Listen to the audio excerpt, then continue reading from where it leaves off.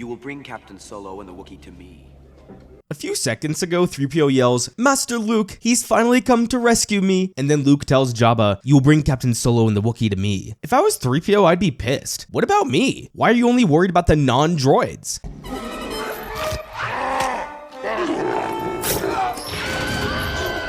This Gamorrean just saved Jabba's life. Luke was ready to shoot him at point-blank range, and the Gamorrean held his arm back. What thanks will he get for saving Jabba's life? He's going to be laughed at in a few minutes while he's getting eaten by a Rancor. I want justice for this guy. He did his job honorably, and no one tried to save him. I'm heartbroken, man.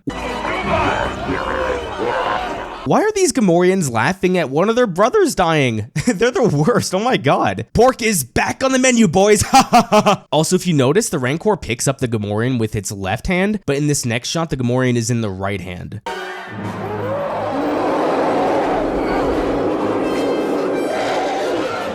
What kind of specimen was dropped in here that left this large of a bone? There is no species that is human-sized that has a bone that big. Maybe it was a bantha, but how the hell would they get a bantha down here? I also love how Luke visibly sticks the bone horizontally into the Rancor's throat, but the next shot has it perfectly vertical in the Rancor's mouth. Speaking of bones, there's a lot of perfectly intact carcasses all around this room. How did that happen? I feel like the Rancor would just eat the whole body like he did with the Gamorrean. Even if it did spit out the bones, they would be scattered everywhere, not perfectly intact. Maybe they didn't have a Rancor way back when and people were just sent down here to rot and die. I could see Jabba doing that. Good on Luke here. That's a really clutch throw. I believe Luke is right-handed, so making this throw with your left hand is quite impressive. I do need to comment on the design of this Rancor cage, because having a button that opens and closes the door inside the cage is kinda dumb. If the Rancor was somewhat smart, it would probably open the door every time just to have more room. And if the point of the Rancor cage is to kill people, then having a button that can separate you from the Rancor is just bad design. In this shot, you can see another Greedo with the exact same outfit.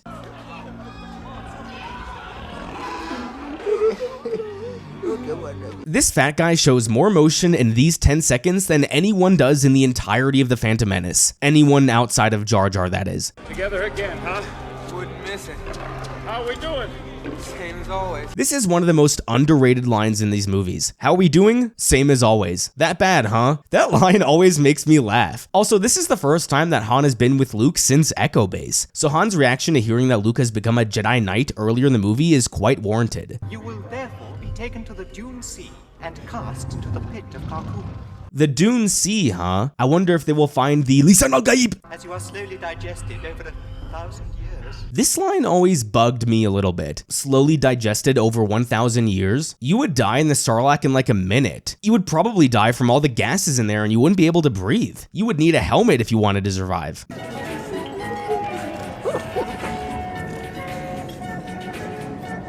Max Rebo is clearly here on the sail barge, but we see him in the Book of Boba Fett. How did he survive? Do you honestly believe that this guy can make the trek through the desert back to civilization? Bullshit! I used to live here, you know. You're gonna die here, you know. Han mentions that he can't see, but then proceeds to look directly into Luke's eyes. I get that he can hear Luke right next to him, but I don't know, it would have been better if he kind of gave a funny look towards Luke, clearly indicating that he can't see. Or potentially he can see Luke's silhouette, maybe. Just stick close to Chewie and Lando. I'm taking care of everything. Oh, great.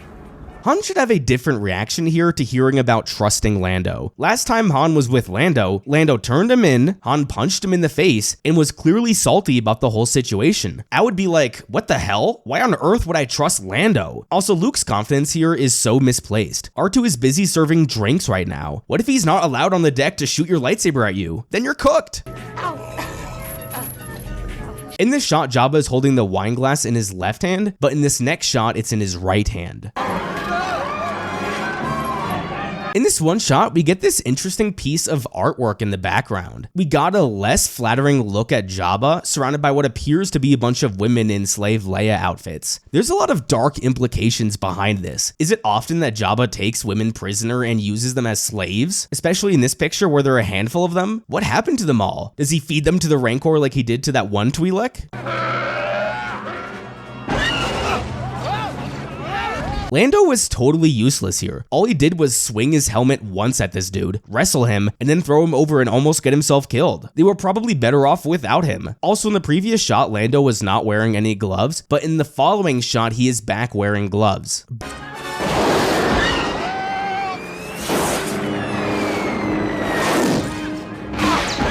Boba Fett is a moron. He has experience with Jedi. He was alive during the Clone Wars. Why would you fly right next to a guy with a lightsaber? Keep your distance, dude. Yeah, Luke will probably block your shots, but if a bunch of people are shooting at him, you have a good chance of landing a shot. Moron.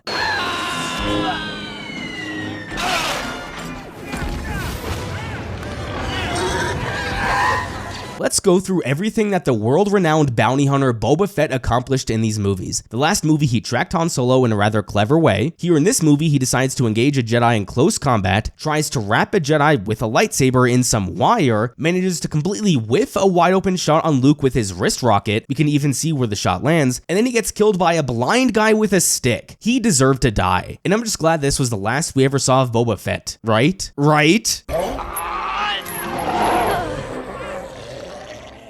You know, Jabba, you deserved it. When you needed a loyal Gamorrean to protect you, none were there. They all bailed on you to save themselves. If only that one Gamorrean were still alive. The one that risked his life to save you. The one that you laughed at while he was being eaten alive. This is why you reward loyalty. Luke said sending him to be executed was the last mistake he would ever make, but the biggest mistake he will ever make was letting this Gamorrean die. It's a shame, really. I love how in the book of Boba Fett, the Sarlacc was able to grab a hold of Slave 1 and almost pull it in, but here it can't manage to grab Lando and pull him in.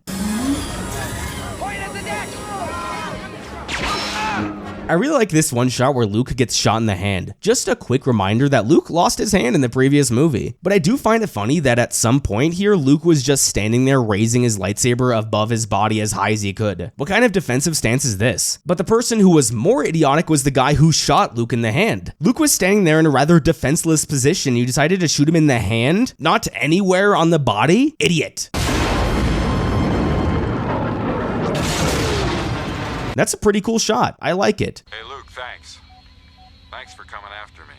Now I owe you one. Han here says that he now owes Luke one, but in the last movie, Han told Luke that Luke owes him 2 favors now. So if this is favor 1, then Luke still owes Han 1, right? Is that how favors work? Or can a favor be so big that it outweighs other favors? Only together can we turn him to the dark side of the Force. These comments here still confuse me, as long as we're living under the assumption the rule of 2 still exists. Are they open to a rule of 3? Or are they both trying to use Luke for their own purposes and they're both aware the other person is trying to do that? When 900 years old you reach, look as good you will not. To all the people that said Yoda was out of character in The Last Jedi, screw you. Yoda has always been cracking jokes. Watch the original trilogy, watch the Clone Wars. That is the true Yoda. But I need your help. I've come back to complete the training. No more training do you require. One of the narrative choices I did not like in this movie was not having Luke return to Yoda between The Empire Strikes Back and this movie. Based on all the lines of dialogue in this movie, it's implied that Luke had not gone to see Yoda after The Empire Strikes Back until this movie. Luke said a few minutes ago that he made a promise. That promise was to return to Yoda. When Luke left, Yoda begged him to stay so he could complete his training. Now, the first time Luke comes back and Yoda says his training is complete, the bigger reason this bugs me is because it makes me question how Luke got so much stronger with the Force. Who did Luke train with between movies? It certainly wasn't Yoda. Did he just train himself? Luke is far more powerful in this movie than the last one, and only a year had passed. Having Luke not visit Yoda between movies adds nothing to the story. If Luke had gone to visit Yoda, the only thing that would change is that Luke probably would have asked Yoda a while ago if Vader was really his father. So I don't like the choice to not have Luke visit Yoda again until this movie. Your father is. I love the gravity of this moment, just the realization that what Vader said is true. Supposedly, there was a lot of speculation in 1980 that Vader was lying to Luke when he said he was his father, so this was probably Lucas's way of debunking those theories. You know, there's something peaceful about seeing someone in Star Wars die of old age. I'm pretty sure every other character in the franchise that died was murdered in some way. Yoda was the only one who was never killed. Yoda will always be with you. Obi-Wan was right. Yoda was there for him in The Last Jedi. So what I told you was Yeah, this is the biggest bullshit line in the movie. Obi-Wan had a very good reason why he didn't tell Luke. At the time, Luke was untrained in the Force, which means he is very vulnerable to the dark side. Accepting the realization that your father is one of the most evil people in the galaxy is not an easy thing to deal with. All those negative emotions can turn you to the dark side. Want to know how I know this? Because at the end of the movie, those negative emotions almost turned him to the dark side. Using this bullshit excuse of from a certain point of view is terrible. Now, I'm not saying I agree with Obi-Wan in not telling Luke, but if what I explained was the true reasoning, it does make sense. I took it upon myself to train him as a Jedi. That's not true. You were forced to train Anakin because of your honor to your master. I was wrong.